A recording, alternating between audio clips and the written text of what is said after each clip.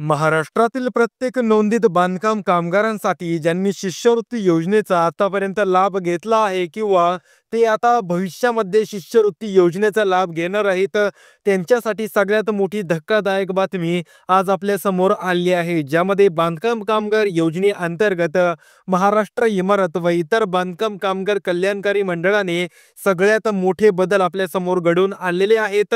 आणि जर तुम्ही या बदलाकडे लक्ष दिलं नाही तर नक्कीच तुम्हाला या बांधकाम कामगार योजनेअंतर्गत जे वेगवेगळ्या प्रकारच्या योजना असतात त्यामध्येच शिष्यवृत्ती नावाची योजना आहे, त्या अंतर्गत कुठल्याही प्रकारचा लाभ मिळणार नाही आणि त्या विरुद्ध तुमच्यावरती फौजदारी दखल देखील दाखल होणार आहे.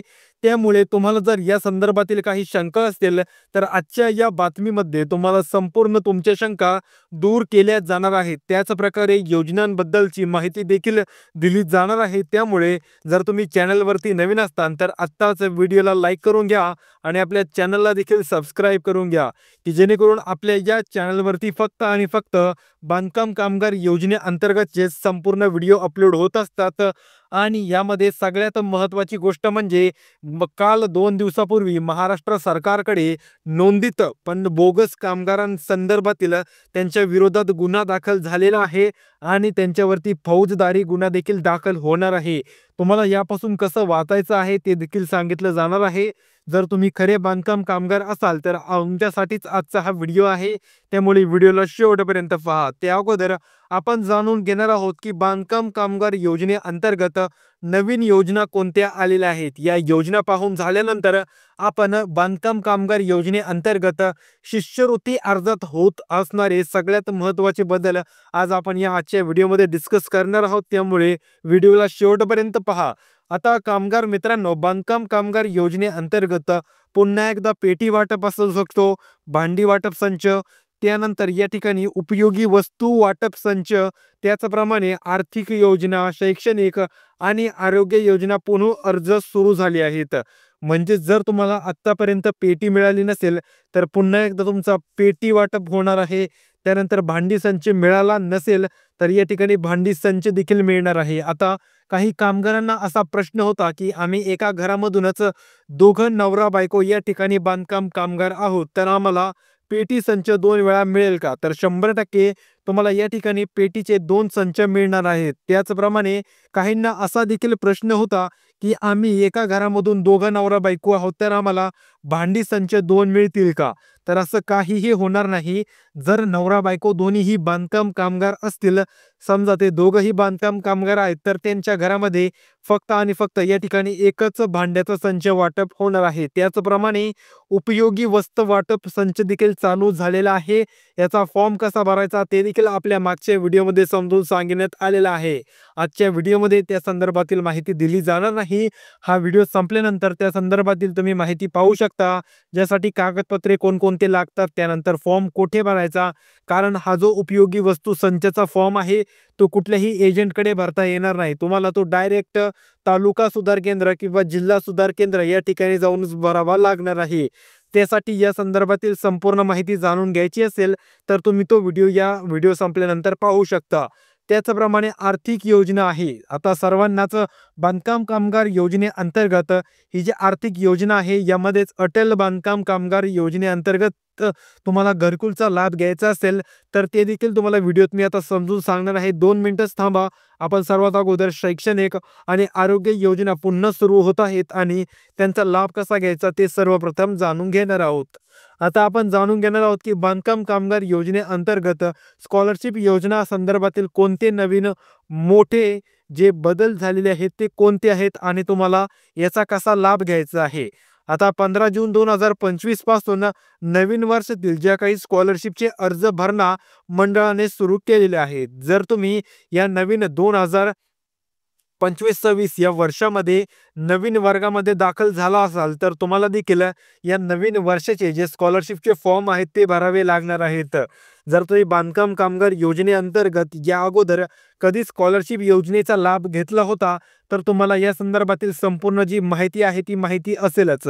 पण त्या बांधकाम कामगारांसाठी मी आता सांगू इच्छितो, जे यावर्षी नवीन किंवा पहिल्यांदाच फॉर्म भरणार आहेत, त्यांनी फॉर्म भरताना काही ज्या महत्त्वाच्या चुक्या आहेत त्या टाळायच्या आहेत. जसं की बँक पासबुक हे जे अपलोड करताना तुम्हाला जे बँक पासबुक असणार आहे, अपलोड करताना तुम्ही ते बँक पासबुक असणार आहे, ते बांधकाम कामगाराचंच अपलोड करायचं आहे.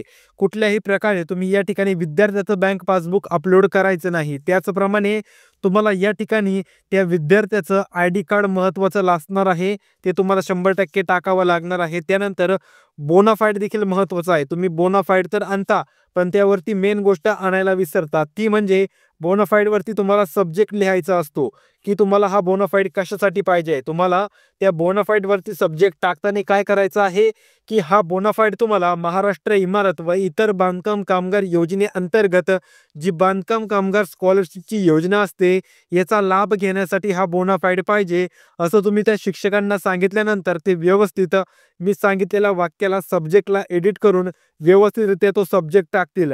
आता जर तुम्ही प्राथमिक शाळेत शिकत असाल तर शक्यतो तुम्हाला सब्जेक्ट टाकून मिळणार नाही. जर तुम्ही कुठल्याही कॉलेजमध्ये किंवा युनिव्हर्सिटीमध्ये शिकत असाल, ज्या ठिकाणी तुमचा जो बोनाफाईड असतो तो कॉम्प्युटर जनरेटर असतो, त्यावरती तुम्हाला सब्जेक्ट 100% टाकून दिला जाईल. पण ज्या ठिकाणी पेनाने लिहून दिला जातो, तुम्ही त्या ठिकाणी माझ्या अंदाजे तरी हट्ट करू नये, की तुम्हाला त्या बोनाफाईडवरती सब्जेक्ट पाहिजे म्हणून. कारण ते जसा देतील तसा तुम्ही बोनाफाईड घेऊन या ठिकाणी अपलोड करू शकता. फक्त तो बोनाफाईड चालू वर्षाचा असायला हवा. अन्यथा चालू वर्षाचा जर बोनाफाईड नसेल, तर तुमचा जो अर्ज असणार आहे त्याला बाद करून टाकलं जाणार आहे. त्यामुळे 15 जून ही तारीख लक्षात ठेवा. या तारखेपासून फॉर्म भरणं सुरू झालेला आहे आणि 31 मार्च 2026 पर्यंत तुम्हाला तुमच्या या नवीन वर्षाचे फॉर्म भरून त्या ठिकाणी सबमिट करायचे आहेत. त्यानंतरच तुम्हाला लाभ दिला जाणार आहे आणि या 31 मार्च 2026 नंतर नवीन वर्षाची फॉर्म भरणं बंद होणार आहे. कारण तुम्हाला माहितीच असेल, स्कॉलरशिपचे काम हे 31 मार्च पर्यंतच केले जातात. यानंतर कुठल्याही प्रकारे स्कॉलरशिपचं काम केलं जात नाही. तरी सर्वांनी दक्षता घ्या. तुमच्याकडे आता फक्त आणि फक्त 8 ते 9च महिन्यांचा कालावधी आहे, ज्यामध्ये तुम्हाला आता फॉर्म भरून त्याला अप्रूव्ह करून तुमच्या खात्यामध्ये पैसे जमा करून घ्यायचे आहेत. कारण जर फॉर्म एकदाही डिसअप्रूव्ह किंवा अमंजूर झाला, तर तुम्हाला पुन्हा एकदा फॉर्म भरण्यासाठी वेळ हा लागणार आहे. त्यासाठी तुम्ही 2 ते 3 महिन्याच्या कालावधीमध्येच लगेच फॉर्म भरण्याचा प्रयत्न करा. कारण 15 जून पासून प्रत्येक विद्यार्थ्याची शाळा, कॉलेज, युनिव्हर्सिटी चालू झालं असेल आणि त्याला आज कमीत कमी जुलै महिना उजळलेला आहे आणि या जुलै महिन्यामध्ये त्याला त्याचा आयडी कार्ड, तर त्यानंतर त्याचं जे बोनाफाईड असणार आहे, त्यानंतर मार्कशीट असणार आहे, हे संपूर्ण त्याच्या कॉलेजकडून किंवा शाळेकडून हे त्याला प्राप्त झालं असेल अशी मी इच्छा करतो आणि तुम्ही या महिन्यामध्ये संपूर्ण फॉर्म भरावेत अशी देखील आशा करतो. त्यानंतर कामगार मित्रांनो, तुमच्यासाठी एक आनंदाची बातमी आहे, ज्यामध्ये बांधकाम कामगार योजनेअंतर्गत जी आर्थिक योजना आहे, यामध्ये प्रत्येक बांधकाम कामगारांसाठी एक आनंदाची गोष्ट आपल्या समोर आलेली आहे. ज्यामध्ये वर्ष 2025-26 मध्ये सर्व नोंदित व गरजू बांधकाम कामगारांना अटल बांधकाम कामगार योजनेअंतर्गत घरकुल योजना दिली जाणार आहे. आता प्रत्येकाला प्रश्न पडला असेल, की आम्ही शहरामध्ये राहतो किंवा आम्ही गावाकडे राहतो, तर आम्हाला या योजनेचा लाभ होणार का? तर 100% लाभ होणार. जर तुम्ही शहराकडे राहत असाल, तर या योजनेचं नाव असेल अटल बांधकाम कामगार घरकुल योजना शहरी किंवा अर्बन म्हणू शकता. त्याचप्रमाणे जर तुम्ही गावाकडे राहत असाल, तर या योजनेचं नाव असेल अटल बांधकाम कामगारी घरकुल योजना गाव किंवा या ठिकाणी रुरल असं या योजनेचं नाव असणार आहे. तुम्ही या योजनेअंतर्गत तुमचे जे घरकुल असणार आहे त्यासाठी या ठिकाणी अप्लाय करू शकता आणि यामध्ये जे बांधकाम कामगार असतील, जे कोणी शहरामध्ये राहत असतील, त्यांच्यासाठी अजून एक या ठिकाणी तुम्हाला सवलत दिलेली आहे. ती म्हणजे जर तुम्हाला डायरेक्ट रेडीमेड घर जर खरेदी करायचं असेल, तर त्या रेडीमेड घरासाठी तुम्हाला काही लोन घ्यायचं असेल, तर ते लोन देखील बांधकाम कामगार योजनेअंतर्गत तुम्हाला मिळवून दिलं जाणार आहे. अधिक माहितीसाठी तुम्ही जिल्हा सुधार केंद्र किंवा तालुका सुधार केंद्र, त्याचप्रमाणे आपली जी बांधकाम कामगार योजनेअंतर्गतची वेबसाईट आहे, ऑफिशियल वेबसाईट, जिचं नाव आहे BOC त्या वेबसाईटचं नाव आहे. त्यावरती तुम्ही संपूर्ण माहिती आणि तुमचं ॲप्लिकेशन टाकू शकता. आता या ठिकाणी तर संपूर्णच माहिती देता येत नाही, पण तुम्हाला काही बेसिक माहिती दिलेली आहे. आता प्रत्येकाला जर प्रश्न पडला असेल, की जी शैक्षणिक योजना आहे, आर्थिक योजना आहे, आरोग्यदायक योजना आहे, यासाठी कागदपत्रे कोणती लागतात? खूप कागदपत्रे तर लागत नाही ना, कारण बांधकाम कामगार क्षेत्रातील काही असे लोकं असतात, ज्यांना कागदपत्रे गोळा करण्यासाठी खूप मोठा कंटाळा असतो.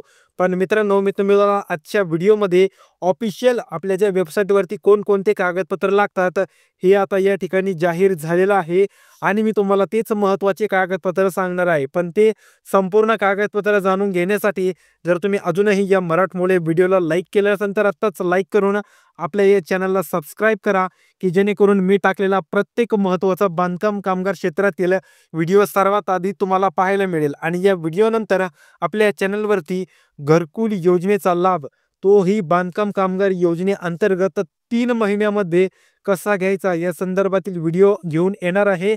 जर तो व्हिडिओ पाहायचा असेल तर आत्ताच सबस्क्राईब करून ठेवा, की जेणेकरून मी ज्यावेळेस व्हिडिओ टाकेल तो सर्वात अगोदर तुमच्या YouTubeवरती तुम्हाला पाहायला मिळेल. आणि मित्रांनो, लाईक आणि सबस्क्राईब करायला कुठल्याही प्रकारची रक्कम लागत नाही. हे संपूर्ण फ्रीमध्ये असतं. त्यामुळे आत्ताच लाईक करून सबस्क्राईब तर बनतोच. आता या ठिकाणी कागदपत्रांमध्ये पहिला कागदपत्र लागतो, तो म्हणजे तुमचं व्हेरिफाईड बांधकाम कामगारचं कार्ड. ते देखील स्मार्ट कार्ड लागतं. कारण जे जुने बांधकाम कामगार असतील त्यांच्याकडे त्यांचं एक पुस्तक असेल, जे की अशा प्रकारचं असेल. पण ते पुस्तक आता चालणार नाही.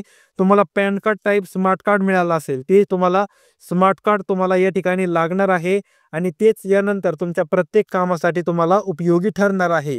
त्यानंतर दुसरं म्हणजे तुमचा रहिवासी असल्याचा दाखला किंवा पुरावा लागणार आहे. म्हणजेच तुम्ही डोमिसाइल ऑफ महाराष्ट्र आणि नॅशनलाइज ऑफ इंडिया असणं गरजेचं आहे. त्याचप्रमाणे तिसरं म्हणजे तुमचं आधार कार्ड तुम्हाला या ठिकाणी सगळ्यात महत्त्वाचं आणि इम्पॉर्टंट गोष्ट आहे.